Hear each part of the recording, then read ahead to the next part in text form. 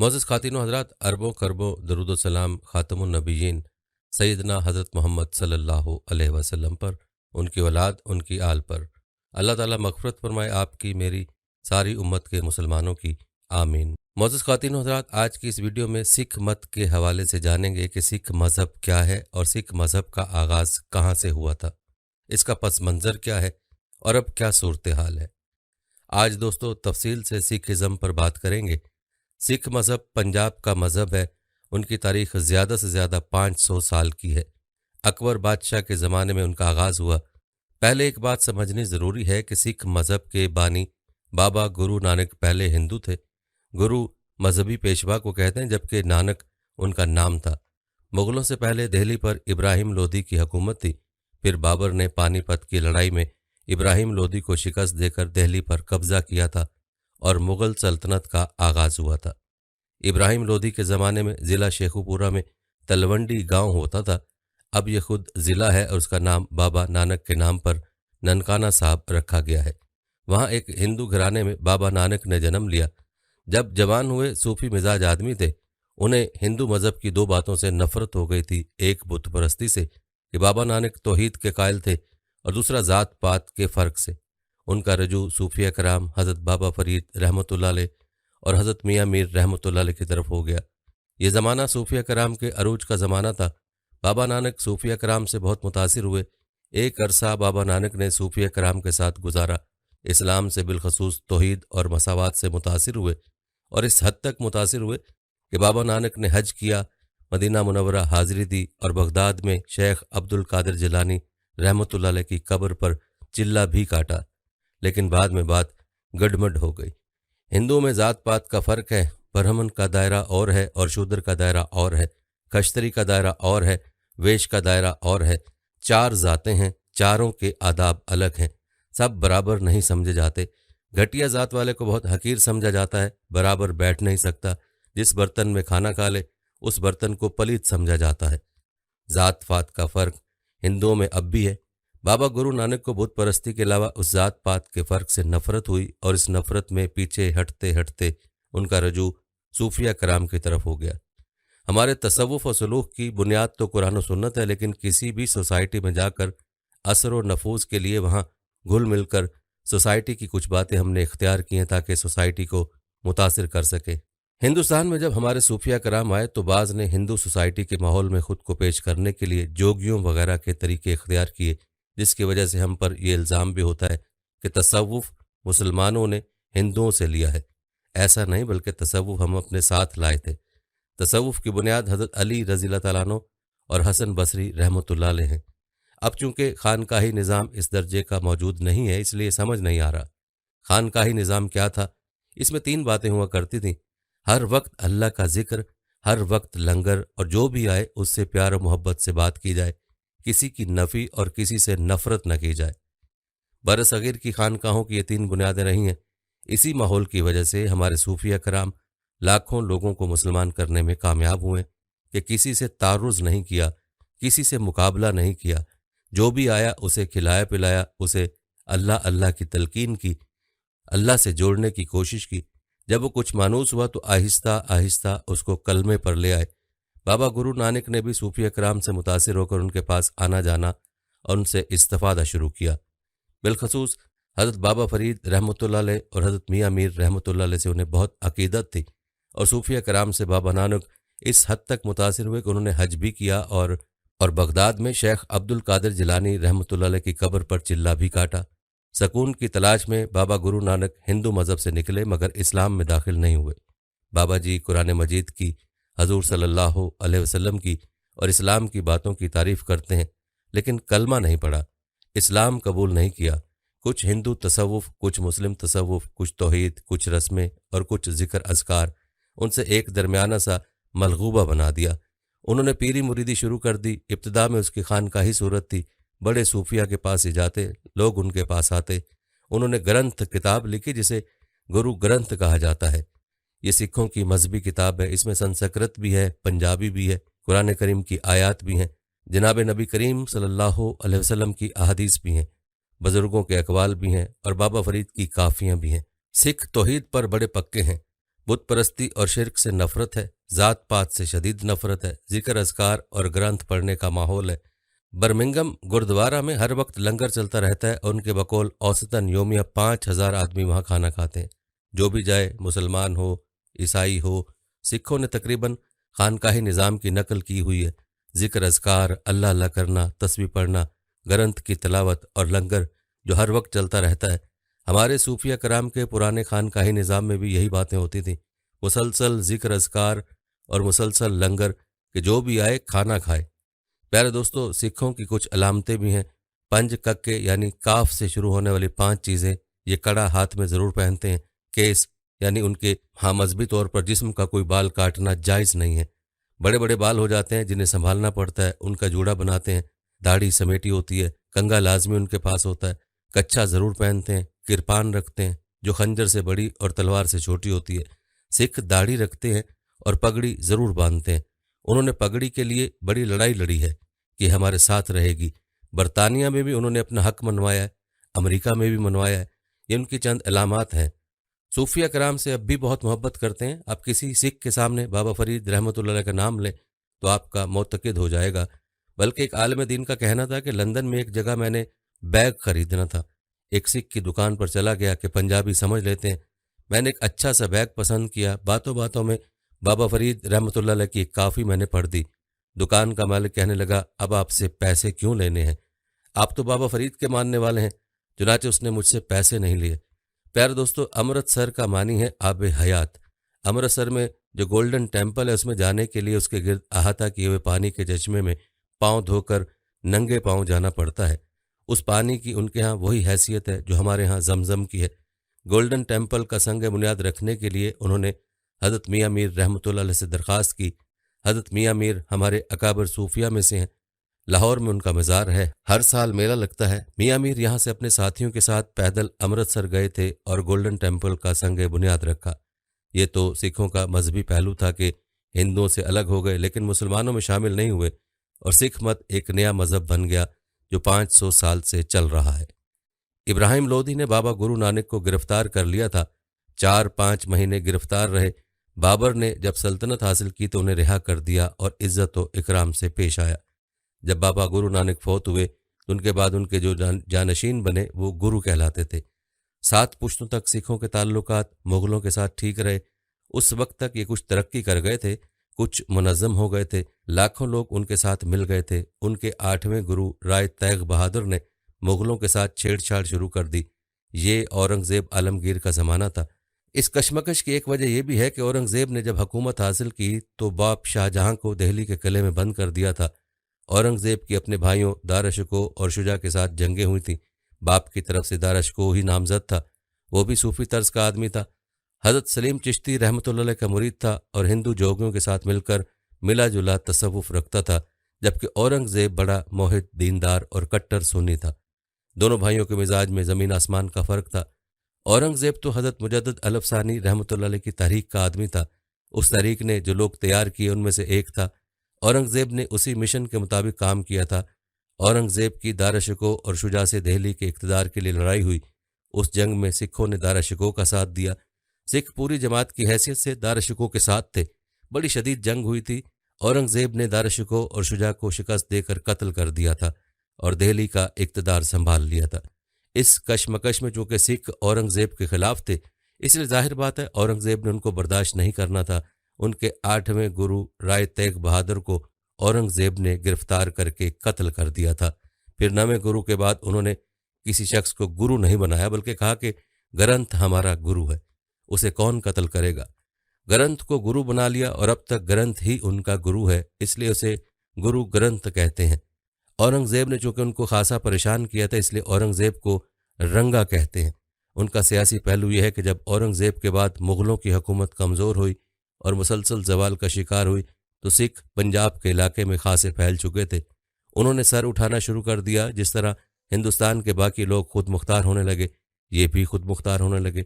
सियासत में मुकाबले पर तो ये गुरु तेग बहादुर के ज़माने में ही आ गए थे। औरंगज़ेब के बाद उनको मौका मिला तो उन्होंने सिख रियासत का आगाज़ किया। मज़हब का आगाज़ ननकाना साहब से और सिख रियासत का आगाज़ गुजरांवाला से। महाराजा रंजीत सिंह गुजरांवाला में पैदा हुए थे। शेरांवाला बाग में मेहमान सिंह, जो कि रंजीत सिंह का बाप था, की मढ़ी भी थी। हमारे यहाँ तो मुर्दे को दफन किया जाता है, हिंदुओं के यहाँ रिवायत चली आ रही है कि मुर्दे को जलाया जाता है, जलाकर उसकी राख को किसी मिट्टी के बर्तन में महफूज किया जाता है, उसको कहीं दफन किया जाता है, वो मढ़ी कहलाती है।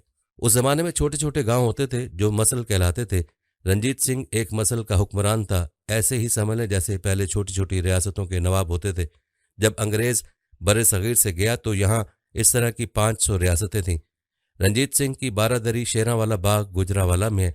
गुजरावाला उनका दारुल हुकूमत रहा है, फिर ऐमनाबाद शहर दारुल हुकूमत रहा। इस तरह आहिस्ता आहिस्ता सिखों ने हुकूमत करना शुरू की। फिर लाहौर उनके कब्जे में आया, आगे मुल्तान तक गए, अम्बाला, लुधियाना तक, शुमाल की तरफ हज़ारा, डेरा इस्माइल खान, डेरा गाजी खान, मर्दान, बन्नू, गिलगित बल्तिस्तान, पेशावर, कश्मीर, इस पूरे इलाके पर सिखों ने कब्जा किया। जब महाराजा रंजीत सिंह की हुकूमत अरूज पर थी तो मुल्तान से लेकर काबुल तक हुकूमत थी। 1857 से 10 साल पहले तक ये इलाका सिखों का मुल्क रहा है। अंग्रेज़ों ने इनको शिकस्त दी और इन इलाकों पर कब्जा किया। मुसलमानों के साथ सिखों के ताल्लुकात का एक वो दौर था जब मुगलों से इलाके छीन कर उन्होंने अपनी रियासत बनाई। मुगल कमज़ोर पड़ गए थे, उन्होंने ये सारे इलाके मुगलों से ही छीने थे। उसके बाद हमारा और सिखों का जो बड़ा मार्का हुआ है वो है बालाकोट का मार्का। उसमें अंग्रेज़ पीछे बैठकर उनको सपोर्ट कर रहा था और तमाशा देख रहा था। हुआ यूं कि जब शाह आलम सानी के ज़माने में दिल्ली में ईस्ट इंडिया कंपनी की हुकूमत का ऐलान हुआ तो शाह अब्दुल अजीज़ मुहद्दस दहलवी रहमतुल्लाह अलैह ने इस मुल्क को दारुल हर्ब करार दे दिया, आज़ादी की जंग की फर्जियत का हुक्म दे दिया। तो शाह इस्माइल शहीद रहमतुल्लाह अलैह, जो आप रहमतुल्लाह अलैह के शागिर्द और भतीजे थे, सैयद अहमद शहीद रहमतुल्लाह अलैह उनके शागिर्द थे। उन्होंने टोंक रियासत की फ़ौज में शामिल होकर ट्रेनिंग हासिल की। ये 1930 से पहले का ज़माना था। उस दौर का मंजर ये था कि पंजाब सिखों की आज़ाद रियासत थी, जबकि सिंध, राजस्थान और अफ़गानिस्तान मुसलमानों की आज़ाद रियासत थी। उन्होंने मंसूबा बनाया कि आज़ादी की जंग लड़ने के लिए पहले बेस कैंप बनाएंगे। उसके लिए पेशावर का इंतखाब किया, इसलिए कि पीछे अफ़गानिस्तान की आज़ाद रियासत है। बेस कैंप के लिए ज़रूरी होता है कि खुद मुख्तार इलाका हो और उसके साथ किसी आज़ाद मुल्क की सरहद हो, यानी पुश्त पर कुव्वत भी हो। वैसे ही दरमियान में बैठ जाना हमाकत होती है। चुनाचे उन्होंने हिकमत अमली ये इख्तियार की और इब्तदा की इस्लाह मुआशरा के नाम से शाह इस्माइल शहीद की तहरीक के इब्तदाई 1-2 साल में जहाद का लफ्ज़ नहीं मिलेगा। पंजाब की कैफियत ये हो गई थी कि सिखों के मुसलसल इक़्तिदार की वजह से देहात की मस्जिदें वीरान हो गई थी।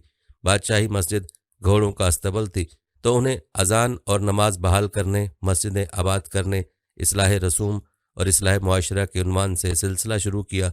पूरे इलाके का दौरा किया और जमात बनाई। फिर पूरा काफिला हज पर गया। उसके बाद दिल्ली से राजस्थान और सिंध वगैरह से होकर पेशावर पहुंचे। सिंध में तालपुरों की हुकूमत थी, अभी अंग्रेज़ों ने कब्ज़ा नहीं किया था और हज़रत शाह मोहम्मद राशिद कादरी, जिनसे सिलसिला आलिया कादरिया राशिदिया मंसूब है, के ज़माने में उनके यहाँ पीर जो गोठ की खानकाह में मेहमान रहे। शाह मोहम्मद राशिद के मुरीदीन भी उस वक्त से जहाद से जुड़े। हुरों का सारा ग्रोह और पीर पगाड़ा सब वही हैं, लेकिन वक्त गुजरने के साथ बिगाड़ आता गया। जब हिजरत और जहाद की नीयत से वो आगे निकल रहे थे तो उनके ख़ानदान भी साथ थे। पीर साहब और पिगाड़ा शाह मोहम्मद राशिद रहमतुल्लाह अलैह ने उनसे कहा कि आप ख़ानदान साथ न ले जाएं, यहाँ छोड़ जाएं, हम हिफाजत करेंगे। पेशावर में 1830 में उनकी जंग हुई, उन्होंने पेशावर फतह किया। पंज तार का इलाका सवाबी के साथ उनका साल हर साल तक मरकज़ रहा। 1830 में उनकी हुकूमत कायम हुई। उन्होंने ये इलाका सिखों से छीना था, मगर उनकी हुकूमत 6 माह से ज़्यादा नहीं चल सकी। उनको नज़र आ गया था कि यहाँ हमारा चलना मुश्किल है, तो फिर मुतबादिल पनाहगाह और बेस कैंप की तलाश में मुजफ्फराबाद कश्मीर के इलाके के लोगों ने उनसे रब्ता कायम किया कि आप हमारे पास आ जाएं, यहाँ मरकज़ बनाएंगे। चुनाचे ये पूरा काफिला ऊपर के रास्ते से, क्योंकि शेर सिंह रंजीत सिंह का बेटा उनके ताक़ुब में था, मुजफ्फराबाद जाते हुए बालाकोट तक पहुँचे। वहाँ उनका 1831 को मुकाबला हुआ, जिसमें उन्हें शिकस्त हुई और वहाँ शहीद हुए। प्लानिंग उनकी ये थी कि इलाके पर कब्जा करके अपनी हुकूमत बनाएंगे। फिर 1857 का मार्का पूरे मुल्क में हुआ। दिल्ली वगैरह में जनरल बख्त खान और शामली के महाज पर मौलाना मोहम्मद कासिम नानोतवी और हज़रत हाजी इमदादुल्ला मुहाजिर मक्की रहमतुल्लाह अलैह वगैरह सभी बुज़ुर्ग, कोई अम्बाला में, कोई मेरठ में, कोई दिल्ली में, मुख्तलिफ बगावतें हुई। दिल्ली पर जनरल बख्त खान ने कब्ज़ा कर लिया, पंजाब पर अंग्रेज़ों का कब्ज़ा हो गया, सिखों के साथ उनके मुआहदात हो गए। इस मुआहदे के तहत अंग्रेज़ों ने सिखों की मदद की थी और दिल्ली पर अंग्रेज़ों ने कब्ज़ा वापस ले लिया। 1857 तक की दास्तान ये थी, जिससे पहले हमारी हिंदू सिख मुस्लिम की आपस में लड़ाइयाँ चलती रही हैं। अहमद शाह अब्दाली की पानीपत में लड़ाई हिंदुओं से हुई थी। सिख, हिंदू और मुसलमान आपस में मुतहारिब ताकतें थीं। 1857 के बाद सूरत हाल बिल्कुल बदल गई। पूरे हिंदुस्तान पर अंग्रेज़ों का कब्जा हो गया। हिंदू, सिख और मुसलमान सभी महकूम हो गए। इससे आज़ादी की तहरीक का एक नया दौर शुरू हुआ। आज़ादी की मुसल्लह तहरीकों और सियासी तहरीकों में सिख भी शामिल थे। पाकिस्तान बनने तक ये सिलसिला चलता रहा। पाकिस्तान के क़याम के मौका पर एक मसला खड़ा हो गया कि मशरक़ी पंजाब में सिखों की अक्सरियत थी, मगरबी पंजाब में मुसलमानों की अक्सरियत थी। उस ज़माने में बहुत से दानिशवरों ने कोशिश की कि पंजाब तकसीम ना हो, सिख और मुसलमान इकट्ठे रहें, लेकिन सिखों ने इनकार कर दिया। अगर सिख पाकिस्तान की तहरीक का साथ देते तो नतीजा ये होता कि मशरक़ी पंजाब और मगरबी पंजाब दो सूबे अलग बन जाते, खून रेजी ना होती और कश्मीर का मसला पैदा ही ना होता। मास्टर तारा सिंह उनके बड़े लीडर थे, पंजाब असम्बली के मेंबर भी थे। मास्टर तारा सिंह ने पंजाब असम्बली के बाहर तलवार लहरा कर कहा था कि हम इस तलवार के साथ पाकिस्तान को रोकेंगे। फिर वो तलवार जो चली और मशरक़ी पंजाब में मुसलमानों का जो कत्लेआम हुआ, अल्लाह की पनाह। उसके बाद सिख हिंदुस्तान का हिस्सा चले आ रहे हैं, लेकिन मुतमईन नहीं है।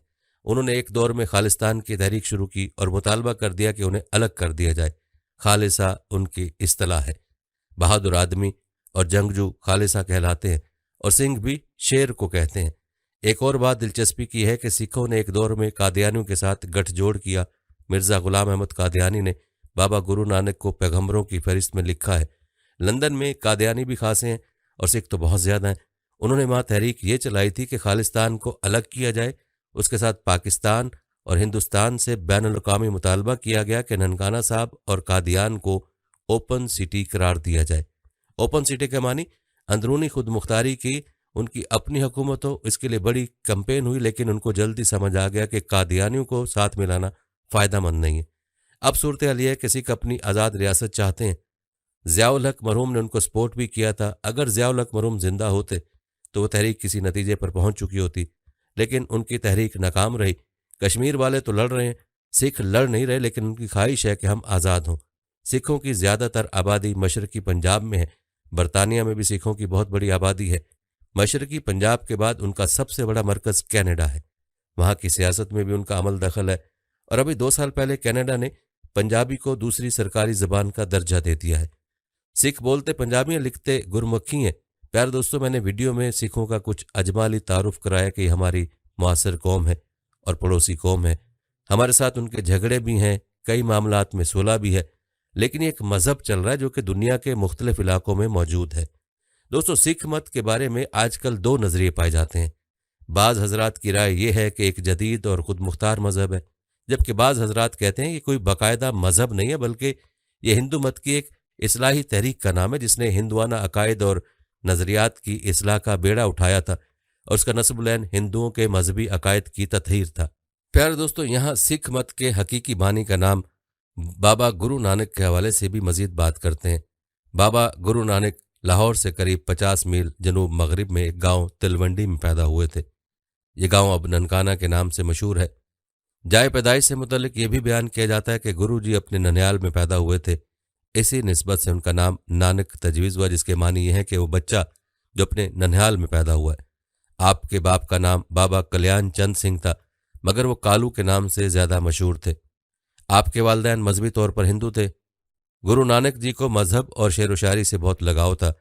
गुरु नानक ने जब होश संभाला तो उन्हें एक हिंदू उस्ताद के पास हिसाब और मुसलमान उस्ताद के पास अरबी और फारसी पढ़ने के लिए भेजा गया, लेकिन उनका ध्यान पढ़ाई की तरफ कम ही था। उन्होंने करीबी जंगल में जाकर साधुओं और महात्माओं की सोहबत इख्तियार की। नानक हक के मुतलाशी थे, लेकिन उनके घर वाले उन्हें अमूमी कामकाज में मशगूल रखना चाहते थे। उसके लिए कभी उन्हें भैंसें चराने को भेजा गया तो कभी कारोबार करने पर मजबूर किया गया और आखिर कहा गया कि और कुछ नहीं तो खेती बाड़ी का काम ही कर लो। जिस पर नानक ने कहा कि मैं तन के खेत में दिल को हल चलाने वाला बनाकर नेक काम काश्त करना चाहता हूँ, और जब फसल उगेगी तो मेरा ख़ानदान ही क्या तमाम दुनिया खुशहाल हो जाएगी। जब नानक के एतवार से उनके घर वाले मुतमईन ना हुए तो आखिरकार उन्होंने नानक की शादी कर दी कि शायद इसी तरह वो दुनियादारी की तरफ माइल हो जाएं। बाबा जी कारोबारी और अमली ज़िंदगी से घबराते थे।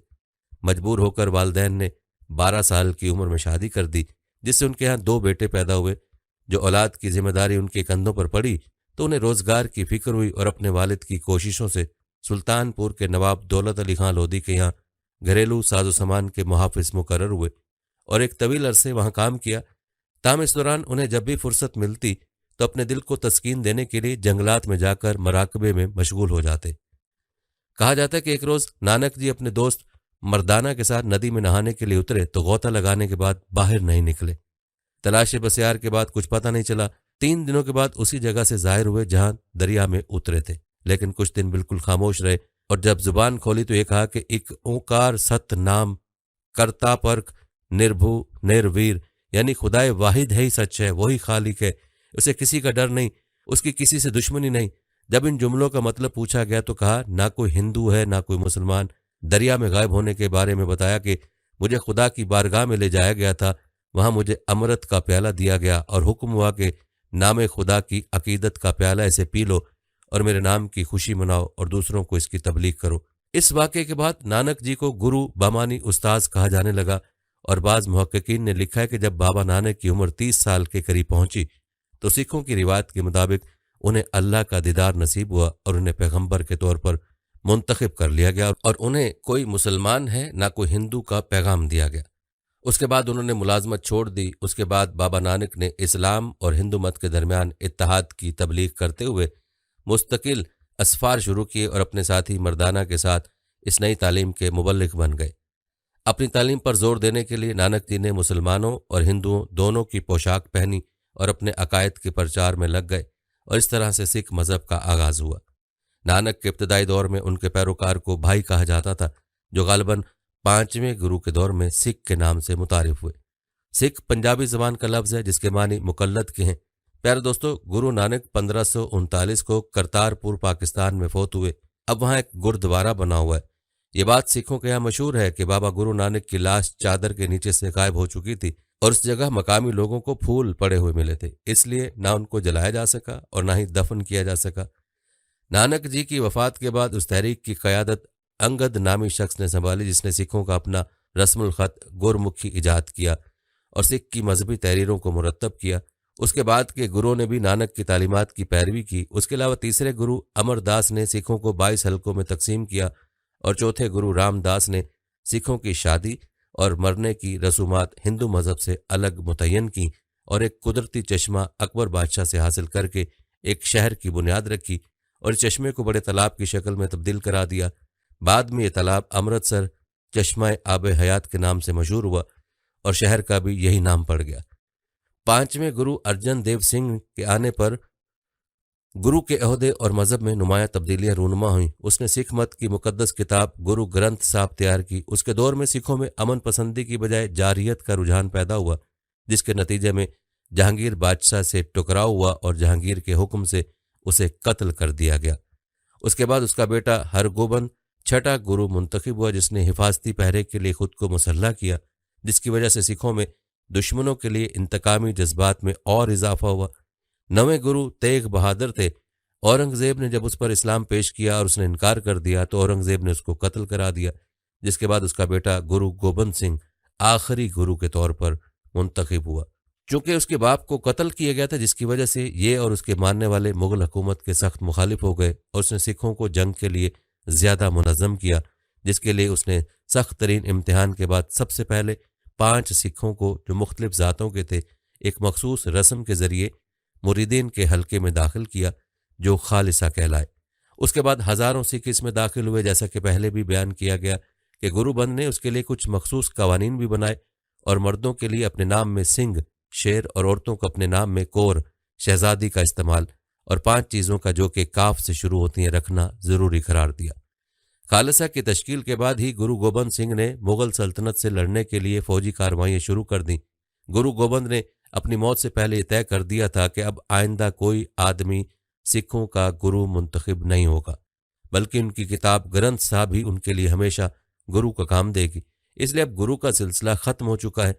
پیارے دوستو، اگرچہ دنیا کے اکثر حصوں میں سکھ برادریاں موجود ہیں، البتہ جدید سکھ زیادہ تر ہندوستان میں پائے جاتے ہیں۔ اب سکھوں کے مختلف فرقے ہیں جو کہ اس مذہب کی اولین بانیوں کی تعلیم میں عدم تشدد اور امن پسندی کو بنیادی حیثیت حاصل تھی، اس کی وجہ سے موجودہ سکھ برادری میں زیادہ تر لوگ سادگی کی طرف مائل ہیں۔ کچھ مشہور فرقوں کے نام یہ ہیں: نانک پنتھی، یہ لوگ امن پسند ہوتے ہیں اور لمبے بال رکھنے پر اصرار نہیں کرتے اور داڑھی منڈوانے کو ترجیح دیتے ہیں۔ نمبر 2، اداسی، یہ لوگ رہبانیت پسند ہوتے ہیں۔ اداسی کے معنی تارک الدنیا۔ نمبر 3، اکالی فرقہ، اکالی کے معنی اللہ یعنی خدا کی پوجا کرنے والا فرقہ، یہ لوگ انتہائی جنگجو ہوتے ہیں۔ اور نمبر 4 ہے سنگھ، اس کا تذکرہ پہلے بیان کر چکا ہوں۔ اب عام طور سے سکھ وہ ہیں جو اپنے کو 10 گروؤں کے شاگرد مانتے ہیں اور ان کے ملفوظات اور تعلیمات پر ایمان رکھتے ہیں۔ پیار دوستو، سکھوں کے گردوارے پنجاب کے اکثر علاقوں میں پائے جاتے ہیں، جن میں زیادہ مشہور گردوارے امرتسر، گرداسپور اور فیروز پور کے اضلاع میں ہیں۔ سکھوں کے نزدیک سب سے زیادہ مقدس گردوارہ امرتسر کا تلائی مندر یعنی دربار صاحب ہے، اور گرو نانک کی جائے پیدائش ننکانہ صاحب ہے، جہاں ہر سال مقررہ اوقات پر میلے لگتے ہیں۔ ہر سکھ کی خواہش ہوتی ہے کہ کم از کم ایک مرتبہ وہ امرتسر گردوارے میں حاضر ہو جائے۔ آج کل اسے گولڈن ٹیمپل کہا جاتا ہے۔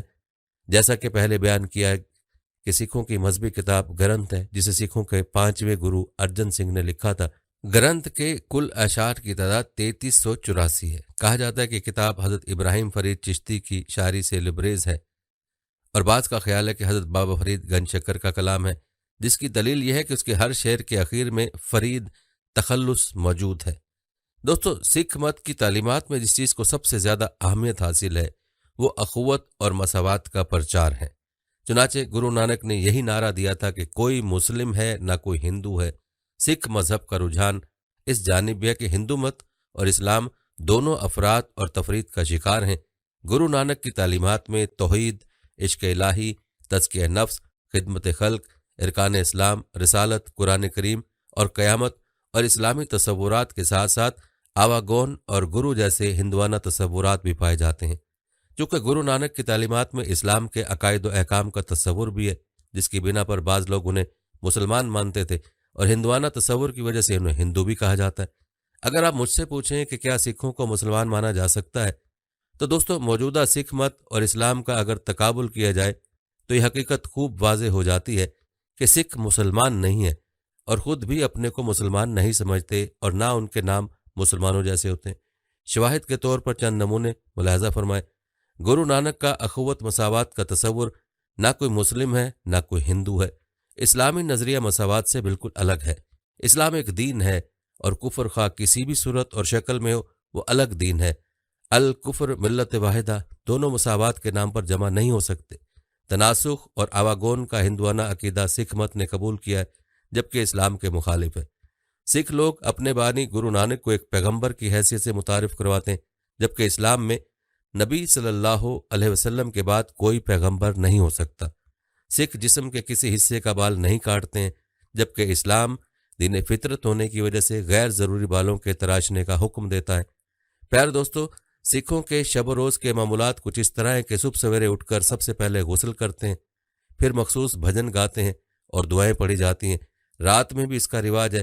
سکھ اجتماعی عبادات کے لیے گردوارے میں جمع ہوتے ہیں، جہاں عبادت کا مرکزی عنصر گرنتھ ہوتا ہے۔ کیونکہ سکھوں کا کوئی مذہبی پیشوا نہیں ہوتا ہے، یہاں دوستو اس حوالے سے بھی مزید بات کرتے ہیں کہ سکھ کتنے خداؤں کو مانتے ہیں۔ تو دوستو، خدا کے حوالے سے کسی بھی سکھ کے تصورات کو بہتر انداز میں مول منتر میں بیان کیا جاتا ہے۔ مول منتر سکھوں کے بنیادی عقائد کے مجموعے کو کہتے ہیں۔ اسے گرو گرنتھ صاحب کے شروع میں یوں بیان کیا گیا ہے: سکھ مذہب اپنے ماننے والوں کو وحدانیت کی سختی سے تلقین کرتا ہے۔ وحدانیت کا مطلب ہے ایک ہی رب ہے، جو ایک غیر واضح اور مبہم صورت میں موجود ہے، جسے اونکارا کہا جاتا ہے۔ جب خدا کی واضح صفات بیان کی جائیں تو اسے اونکارا کہا جاتا ہے۔ سکھ مت میں خدا کی کسی صفات بیان کی جاتی ہیں: کرتا یعنی خالق، صاحب یعنی بادشاہ، اکال یعنی ابدی، ستیہ نام یعنی مقدس نام، پروردگار یعنی محبت سے پرورش کرنے والا، رحیم یعنی رحم کرنے والا، کریم یعنی خیر خواہ اور کرم کرنے والا۔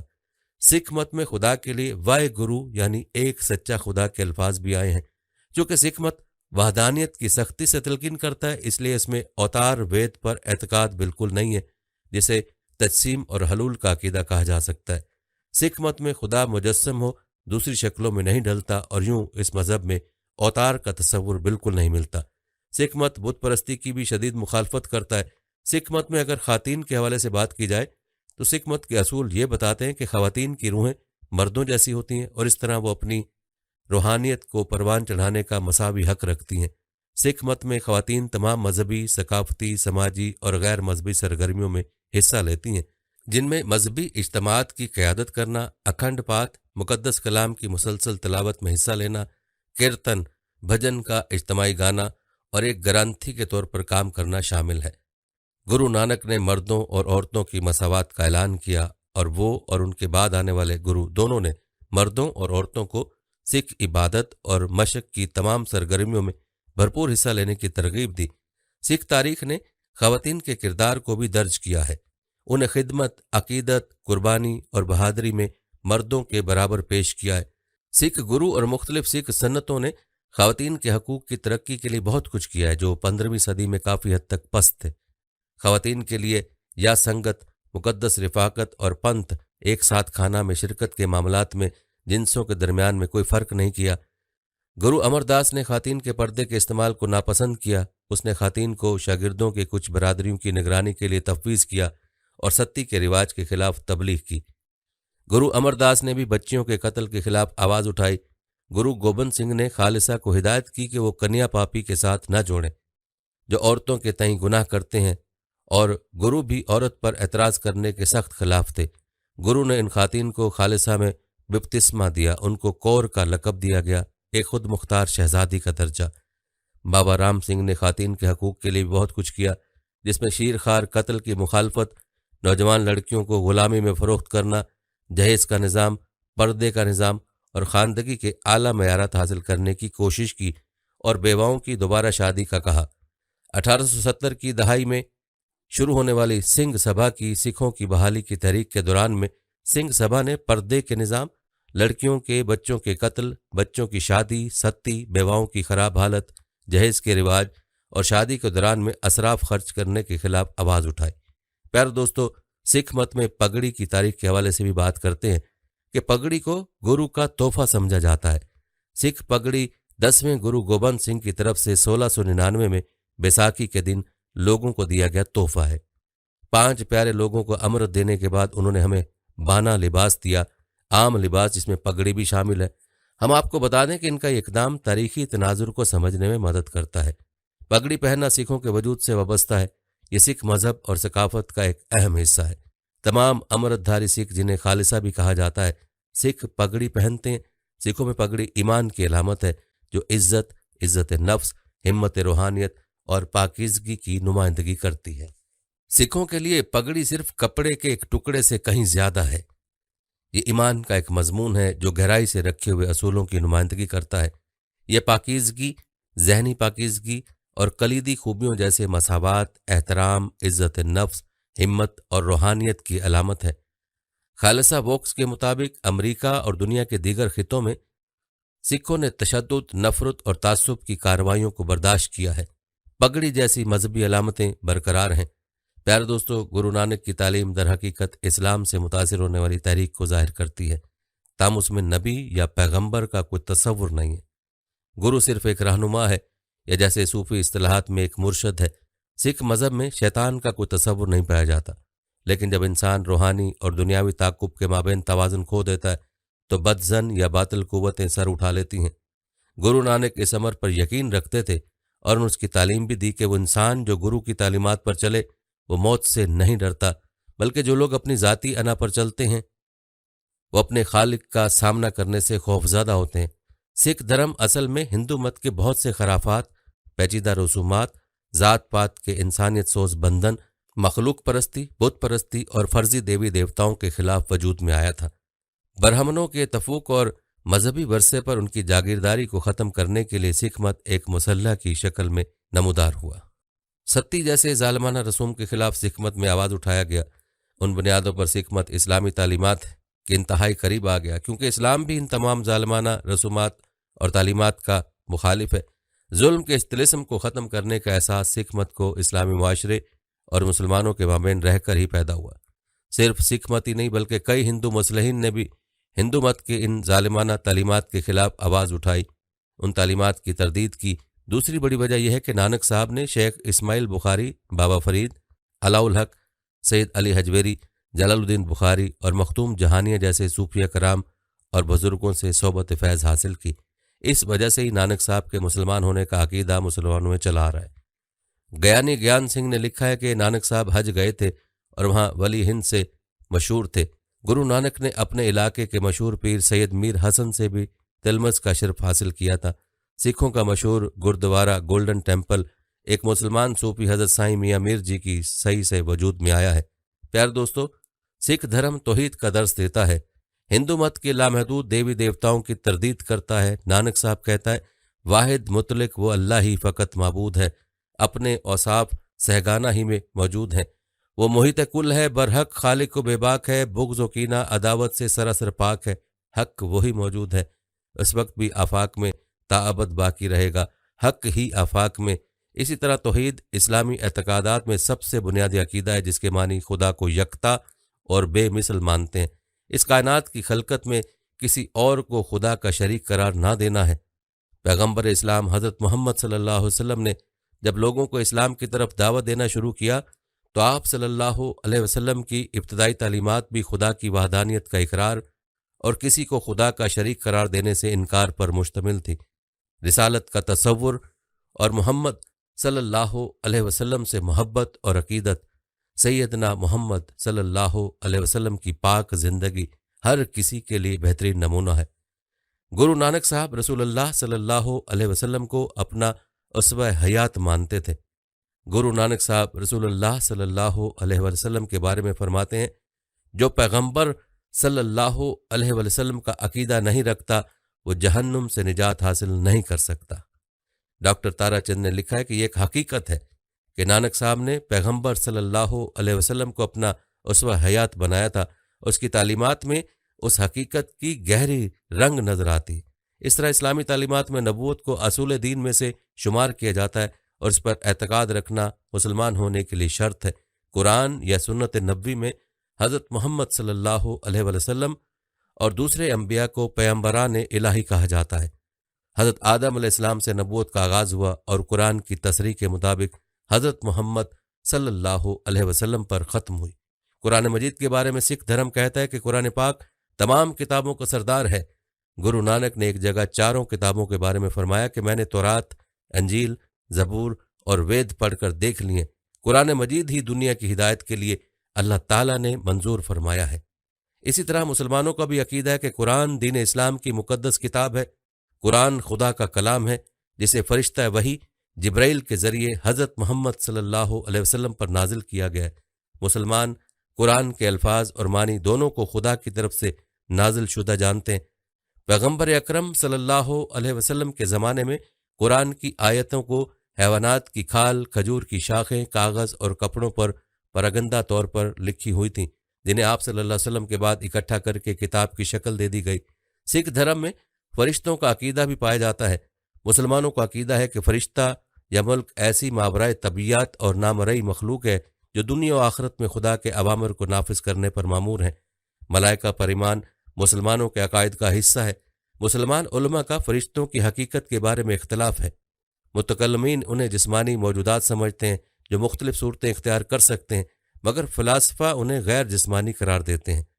علماء اسلام کا عقیدہ ہے کہ فرشتے معصوم ہوتے ہیں، اس لیے خدا کے احکام کی نافرمانی اور گناہ کا ارتکاب نہیں کرتے۔ اسی طرح فرشتے اپنی ذمہ داریوں کے انجام دہی میں کوتاہی نہیں کرتے۔ ان کی ذمہ داریاں یہ ہیں: عبادت، تسبیح خدا، نامہ اعمال لکھنا، پیغمبروں پر وحی نازل کرنا، انسانوں کی حفاظت، مومنین کی امداد، مادی و معنی رزق پہنچانا، روحیں قبض کرنا، دلوں کو ہدایت دینا اور اللہ کے عذاب کا اجرا کرنا وغیرہ ہے۔ گرو نانک ہندو مت کی طرح تناسخ کے قائل تھے، لیکن اس کی تعلیمات میں قیامت کا تصور موجود ہے۔ اسلام کی طرح سکھ مت میں بھی قیامت کے دن حساب سے ڈرانے کا ذکر ہے۔ اس دن سے ڈرو جب اللہ خود تمہارا قاضی ہوگا۔ قیامت اسلامی تعلیمات میں اس دن کو کہا جاتا ہے جس میں تمام انسان دنیا میں انجام دیے گئے اعمال کے حساب و کتاب کے لیے اللہ کے حکم سے خدا کی بارگاہ میں حاضر ہوں گے۔ قیامت سے پہلے مختلف واقعات رونما ہوں گے جنہیں اشراط الساعہ کہا جاتا ہے۔ قرآن اور احادیث میں اس بات پر تاکید کی گئی ہے کہ قیامت کے وقوع کے بارے میں خدا کے سوا کسی کو کوئی علم نہیں ہے، اور قیامت کے دن انسان کے اعمال کو اس کے دینی پیشواؤں پیغمبر اکرم آئمہ اور صالحین کے ساتھ موازنہ کیا جائے گا۔ جس شخص کے اعمال جتنا ان ہستیوں کے اعمال کے ساتھ زیادہ مشابہت رکھے گا، اتنا ہی یہ شخص نیک اور سعادت مند ہوگا۔ سکھ مت میں اسلام کی طرح جنت و دوزخ کا تصور پایا جاتا ہے۔ سکھ من صاحب میں لکھا ہے، مایا ہر غیر حقیقی چیز جو انسان کو مغالطے میں ڈال دے، جیسے بیوی، خاندان، دولت وغیرہ کو اپنے تمام ماہیتوں کے ساتھ اللہ نے پیدا کیا۔ بدیاں، نیکیاں، دوزخ اور جنت اس نے پیدا کیے۔ اسی طرح بہشت یا جنت مسلمانوں کے عقیدے میں عالم آخرت میں اس جگہ کو کہا جاتا ہے جہاں اللہ کے نیک اور صالح بندے ہمیشہ کے لیے خدا کی نعمتوں سے مستفید رہیں گے، اور جہنم یا دوزخ وہ مقام ہے جہاں تباہ کار انسان مرنے کے بعد اپنے اعمال کی سزا پائیں گے۔ قرآن پاک میں جہنم یا اس کے مختلف طبقات کو مد نظر رکھتے ہوئے سکھ دھرم کے مطابق نیک اعمال کا بدلہ نیک جبکہ برے اعمال کا بدلہ برا ہوگا۔ سکھ دھرم کے مطابق انسان کو ویسے ہی بدلہ ملتا ہے جس طرح وہ عمل کرتا ہے۔ وہ اپنے اعمال کے اعتبار سے کھیت کے مشابہ ہے جس میں اگتا وہی ہے جسے بویا جائے۔ اگرچہ سکھ دھرم میں جنت و دوزخ اور جزا و سزا کا تصور موجود ہے، لیکن ہندو مت کے عقیدہ تناسخ کے باعث یہ تصور اسلام کی طرح واضح نہیں ہے۔ اسلام کی تعلیمات میں قیامت کے دن انسان کے اعمال کے حساب و کتاب کے لیے جہاں اس کے اعمال مجسم ہو کر اس کے سامنے پیش ہوں گے، وہاں نام اعمال بھی اسے دیے جائیں گے جس میں انسان کے تمام اعمال ضبط ہوں گے۔ جس شخص کے نامہ اعمال اس کے بائیں ہاتھ میں دیے جائیں گے وہ اہل دوزخ، اور جس شخص کے نامہ اعمال اس کے دائیں ہاتھ میں دیے جائیں گے وہ اہل بہشت اور فلاح پانے والا ہوگا۔ قیامت کے دن انسان کے نامہ اعمال کے ساتھ کچھ گواہ بھی پیش ہوں گے جو اس کے اعمال کی گواہی دیں گے، اور اس کے مطابق اس کو جزا و سزا دیا جائے گا۔ اسلام میں تقدیر کے عقیدے کو بنیادی حیثیت حاصل ہے۔ اس عقیدے کا تصور سکھ دھرم میں بھی پایا جاتا ہے۔ اسلام تقدیر کے تصور کو یوں بیان کرتا ہے، قدر کا لغوی معنی اندازہ کرنا، طے کرنا اور مقرر کرنا ہے۔ اس سے مراد کائنات اور بنی نوع انسان کے احوال کا وہ علم ہے جو اللہ تعالیٰ کے پاس لوح محفوظ میں لکھا ہوا ہے، جیسا کہ ارشاد باری تعالیٰ ہے، اور ہر چیز کو ہم نے روشن کتاب لوح محفوظ میں احاطہ کر رکھا ہے۔ پیارے دوستو، گرو نانک صاحب نے مسلک عشق یا بھکتی کے مطابق انسان کے خدا تک پہنچنے میں جس چیز کو سب سے بڑی رکاوٹ قرار دیا ہے وہ انانیت ہے۔ اس کی وجہ یہ ہو سکتی ہے کہ انسان اپنی ذات سے سب سے زیادہ محبت کرتا ہے، اور جب تک وہ اپنی ذات کو مرکز کائنات سمجھ کر اس کی بندگی میں لگا رہے گا، اس کو خدا کی محبت اور بندگی کس طرح حاصل ہو سکتی ہے؟ گرو نانک صاحب نے حب الہی کے حصول کے سلسلے میں انسان کی اپنی انانیت سے چھٹکارا پانے پر بہت زور دیا ہے۔ انانیت کے ساتھ گرو نانک صاحب نے اس سے متعلق بعض دوسری نفسانی خرابیوں، مثلاً کام، خواہشات، لوبھ یعنی لالچ، موہ، دنیا سے تعلق، کرودھ، غصہ، اہنکار یعنی تکبر سے بھی بچنے پر زور دیا ہے۔ ان کے خیال میں اس طرح کی اندرونی بیماریوں سے نجات پائے بغیر حب الہی کے راستے میں آگے بڑھنا یا توفیق الہی کو متوجہ کرنا مشکل ہے۔ ایک طرف تو گرو نانک صاحب نے ان موانع سے بچنے کی تاکید کی ہے، اور دوسری طرف اپنے کلام میں مختلف انداز سے ان صفات اور خوبیوں کو سراہا ہے اور ان کی تلقین کی ہے جو عشق الہی کے حصول میں معاون ثابت ہوتی ہیں۔ اس سلسلے میں سب سے بنیادی چیز جو کہ سکھ مت کا طریقہ عبادت بھی کہی جا سکتی ہے، نام اسمرن یا ذکر الہی ہے۔ نام اسمرن کا ایک عام طریقہ ہر وقت خدا کا نام لیتے رہنا، جو خدا کے لیے سکھوں کی عام اصطلاح واہ گرو کی صورت میں مختلف دنیاوی مشاغل میں مصروفیت کے وقت بھی اپنے مذہب پر عمل پیرا سکھ دہراتے رہتے ہیں۔ لیکن اس کی ایک خصوصیت صبح اٹھ کر نہا کر نہار منہ گرنتھ صاحب سے منتخب کلام، خاص طور پر جپ جی، بنیادی طور پر ایک حمد ہے کہ پڑھنے اور یکسو ہو کر کچھ دیر یاد الہی میں غرق رہنے کی ہے۔ جپ جی مول منتر کے بعد سکھوں کے لیے تقدیس کا دوسرا درجہ رکھتا ہے۔ نام اسمرن کا سب سے اہم اور مفید طریقہ کیرتن کی شکل میں ہے، جہاں باجماعت موسیقی کے ساتھ گربانی گرنتھ صاحب میں جمع شدہ کلام کا ورد ہوتا ہے۔ نام اسمرن کے علاوہ جو چیزیں گرو نانک صاحب کے نزدیک حب الہی کے حصول میں معاون ہوتی ہیں، ان میں سادھو سنگت یعنی نیک صحبت، سیوا یعنی خدمت خلق، حلال روزی کمانا اور اس میں دوسروں کو بھی شریک کرنا، انکساری اور مخلوق سے محبت اور ہمدردی جیسی صفات شامل ہیں۔ سکھ مت کے حوالے سے ایک اہم بات یہ ہے کہ گرو نانک صاحب رہبانیت کے سخت مخالف تھے۔ ان کے نزدیک سماج ہی میں رہتے ہوئے اور گھر بار والی زندگی گزار کر خدا کو یاد رکھنا ہی کمال زندگی ہے، اور اسی کو انہوں نے تعلیم دی ہے۔ جہاں تک سکھزم میں زندگی کے بنیادی مسئلے کا تعلق ہے، اس سلسلے میں گرو نانک صاحب نے قدیم ہندوستانی نقطہ نظر سے اتفاق کیا ہے यानी करम और आवागोन के अकीदे को बेनही तस्लीम किया है। इसके अलावा सिख मत मुक्ति यानी निजात के तस्वुर का भी पूरी तरह से तायद करता है। सिख मत भेदभाव का सख्त मुखालिफ है। इसमें रंग, नस्ल, जात पात और जिन्स की बुनियाद पर किसी से इम्तियाज न बरतने की तालीम दी गई है। सिख मत के तस्वुरात के मुताबिक तमाम इंसान बराबर हैं, किसी को किसी पर फजीलत हासिल नहीं, बल्कि खुदा का दीन सबके लिए है। जो भी इसकी शरीयत की पैरवी करेगा निजात पाएगा।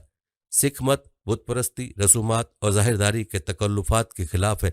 सिख मत इस बात को तमाम सिखों पर फर्ज करार देता है कि वो समाजी नाइंसाफियों के खिलाफ और अपने अकीदे के दिफा के लिए जंग करें।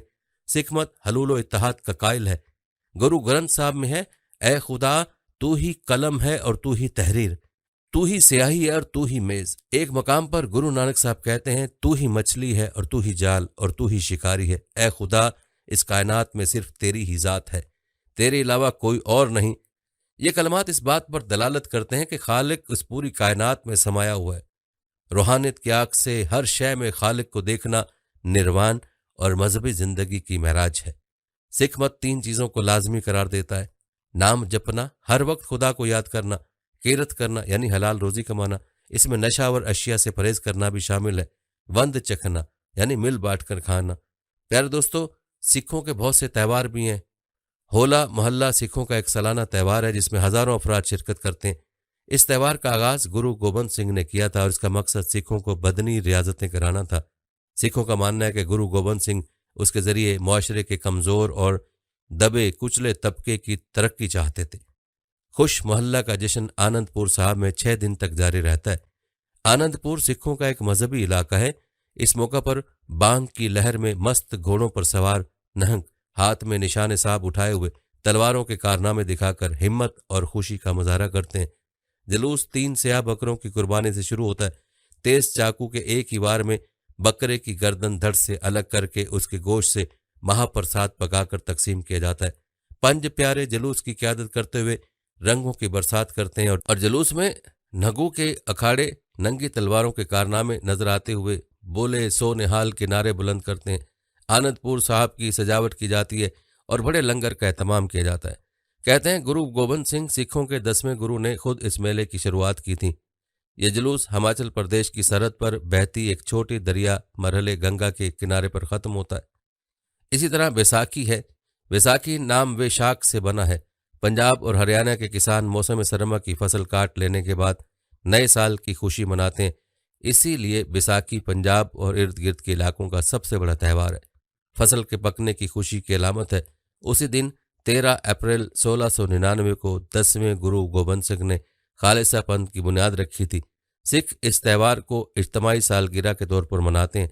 सिखों के 5वें गुरु अर्जन देव के कत्ल का दिन जून में मनाया जाता है। ये महीना भारत में सबसे गर्म तरीन महीना होता है। सिखों के मुताबिक 16 जून को मुगल शहनशाह जहांगीर के हुक्म पर गुरु अर्जन पर तशद्दुद किया गया था और उसी में वो कत्ल हुआ।